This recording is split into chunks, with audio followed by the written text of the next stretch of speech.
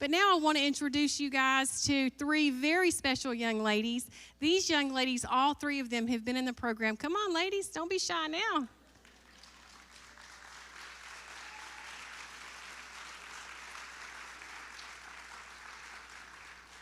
All three of them have been in the program. Oh, yes. We need to move this. Can you get it? Thank you. Thank you, David Green.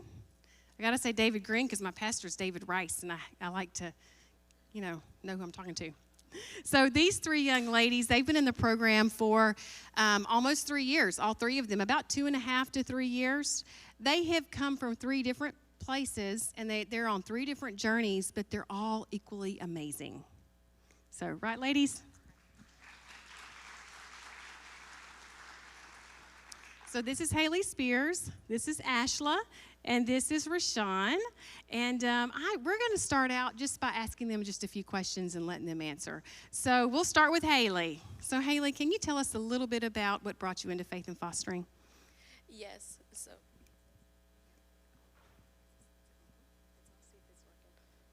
Can you hear me? Okay. Hi, my name is Haley. I am 21, and I have a 2-year-old son named Chance Nathaniel. His name's very meaningful. So I grew up in a broken home. My parents divorced when I was 2, and neither one of them wanted the responsibility to take care of me. So while just a baby, I was bounced around from home to home. That lasted my, kid life as well. And also, when I became 14, I went on the streets because that's the only thing that you knew. But little did I know the streets don't love you, but I didn't know that. So while I was 14, I got trapped in sex trafficking for the first time, and it lasted for about 4 to 5 years, I want to say.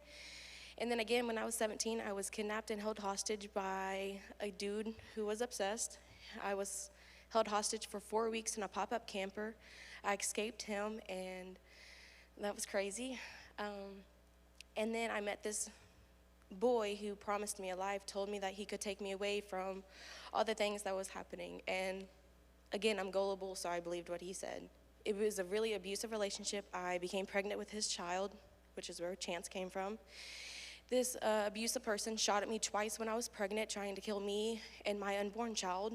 I was doing drugs, been doing drugs since I was 8.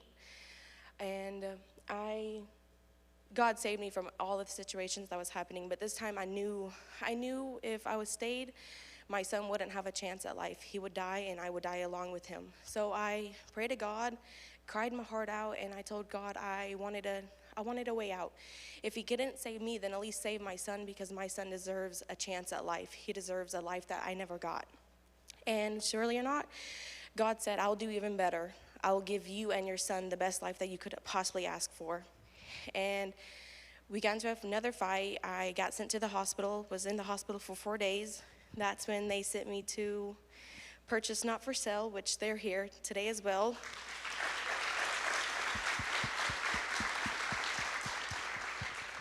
I have much love for them. They showed me who God was. They showed me to love myself. And they showed me that that's not the life that I need or deserve. Well, it was time for me to move on because I was pregnant. So from there, I went to Heart of Hope, which Heart of Hope is here.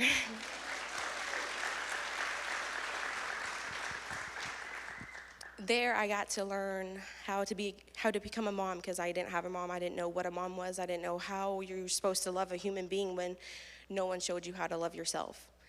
I stayed there for about 6 months until I gave birth, and both of the programs teamed up together, and that's how I found Faith and Fostering, because of their help. That's how I got here. Yes, I always say.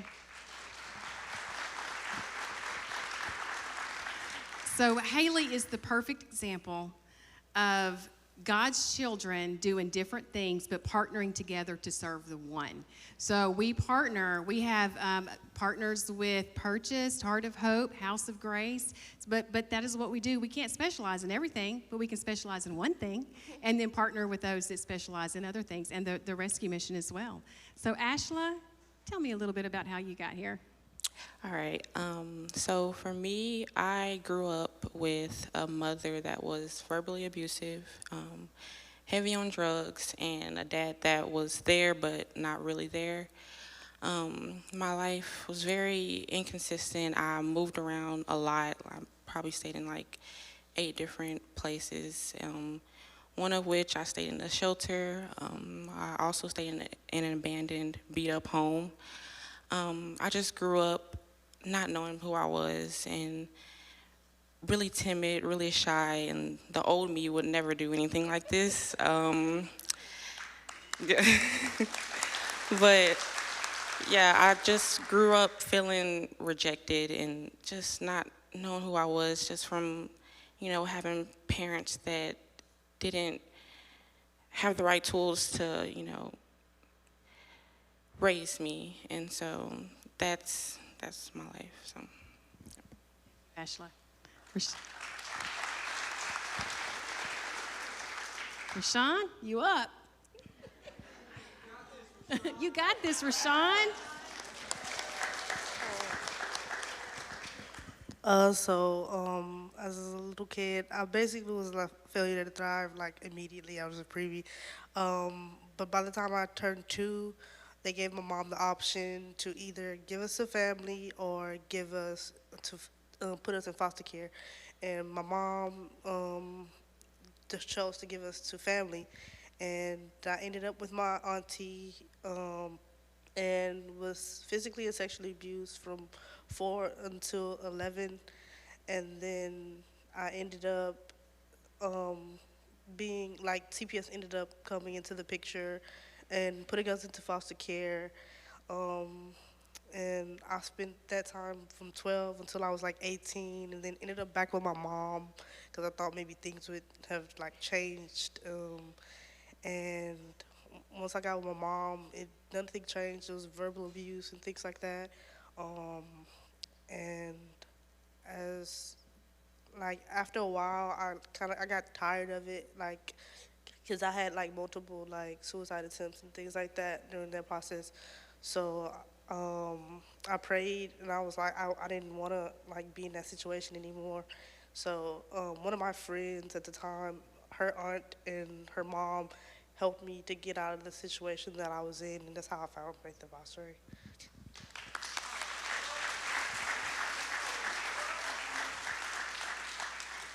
You guys telling the story's tough.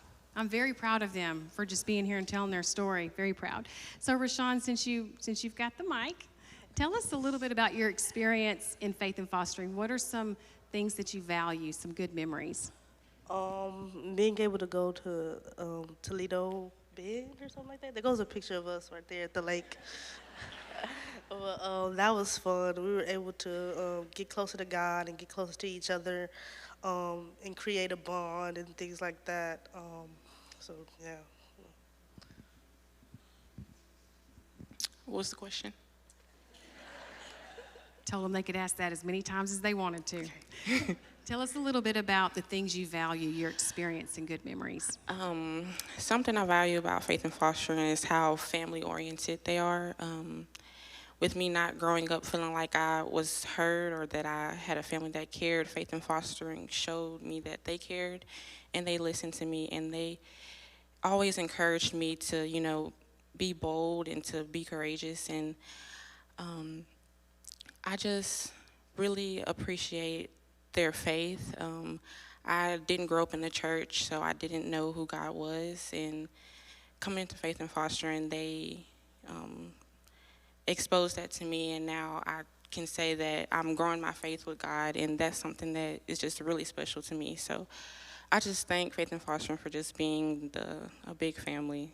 So. Thank you, Ashla. I never know what Haley's going to say. Go ahead, Haley. Okay, so like she said before, like when you grow up on the streets, you kind of make your own rules. You're not used to people telling you this, this, and this. So it was really tough at first, but kind of like Miss Barber when she gave her testimony, it was like the power of one. Like you just have to stick through and you have to patience.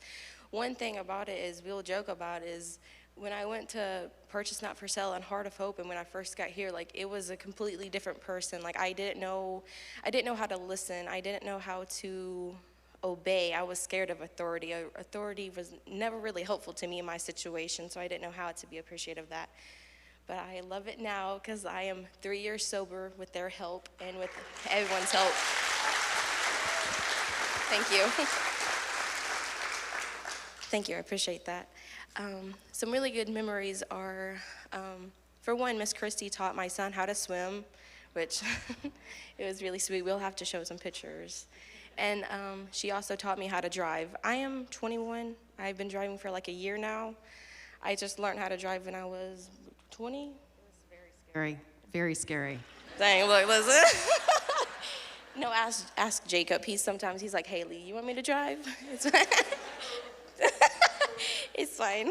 Hey, look, as long as I can make it from point A to point B, we're fine, all right? We're good. No, but those are some really good memories. Like those lake memories, it's not only that, one of a couple of things that are really good to witness was 3 people got baptized by the hand of Christy, and it's so great to see that.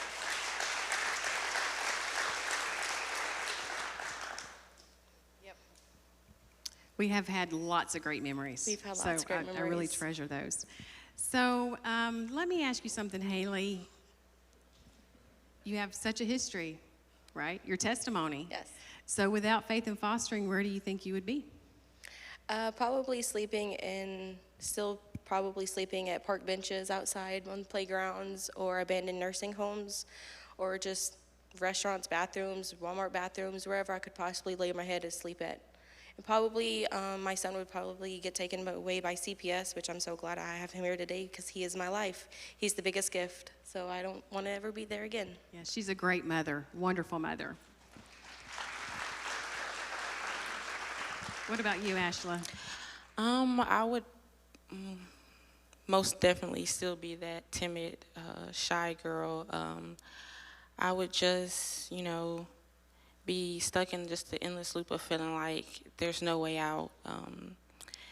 And like I said, Faith and Fostering helped me grow my relationship with God because I didn't grow up knowing Him. So I feel like I would just be lost, and so yeah.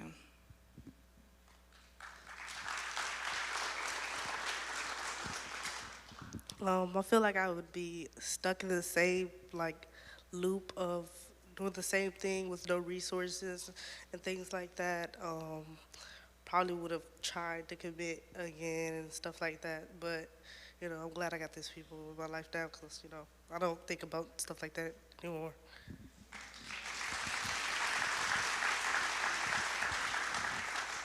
So Ashla, tell us a few of your accomplishments. Well, Faith and Fostering helped me accomplish getting my first car. They also help you get the tools of managing money and stuff like that. Before I didn't know any of those things. And just my faith, that's something I cherish so much, and I'm so appreciative of. And also this year I was able to get my first apartment, so I honestly thank Faith and Fostering for that. Like I said, the tools that they set up for us, that it helps you to get to that point. So that's. She transitioned into her own apartment. She's in the last phase of the program. So isn't that amazing? A car, an apartment, and a great job with George McGovern. So she's done really well. What about you, Haley? What are a few of your accomplishments? The beginning of last year, was it? My first car was donated, but it ran its course, and with the help of House of Grace teaming up with me, they helped me purchase my own brand new vehicle. Appreciate that. And I am saving up, like Ashla said, they teach us wonderful budgeting skills, and so by the end of this year, I'll purchase my first home. And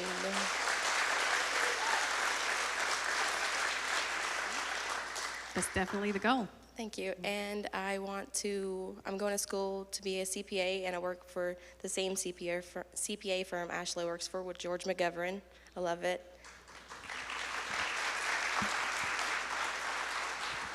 Rashawn, what are some of your plans? What are your next steps?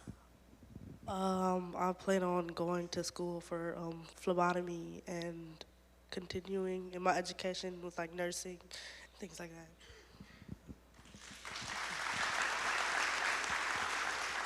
Okay, so now for the final question is I want to ask each of these young ladies that if someone is in the place that you were 3 years ago, what is some advice that you would give them? Keep going. Be willing to take advice and be open to people. Make sure you're around the right people that mean well.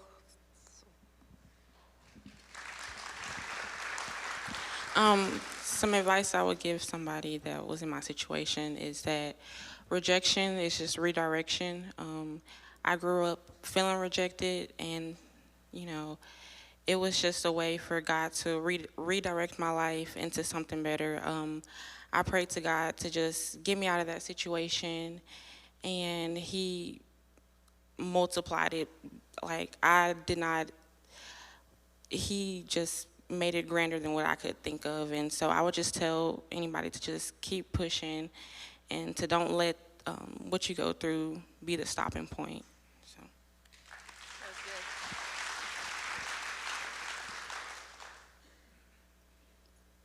good. All right. I guess word of wisdom would be don't be ashamed of your story. Like each one of us, every single person in this room probably has a story, and never be ashamed of where you came from, because where you are now is the biggest thing, and as long as you're trying, there's no harm in your past.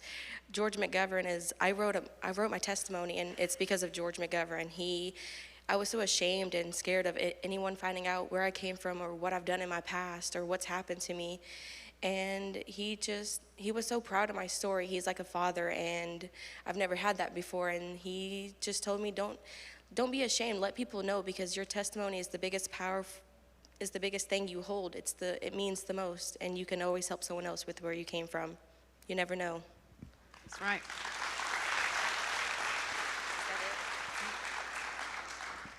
So the enemy's overcome by the blood of the Lamb and the power of our testimony, right? All right, ladies, thank you. Give them another round of applause.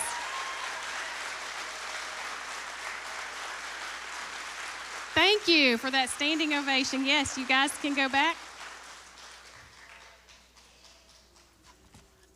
There is just nothing more fulfilling than hearing that. And that is what we all have the opportunity to be a part of. Now I just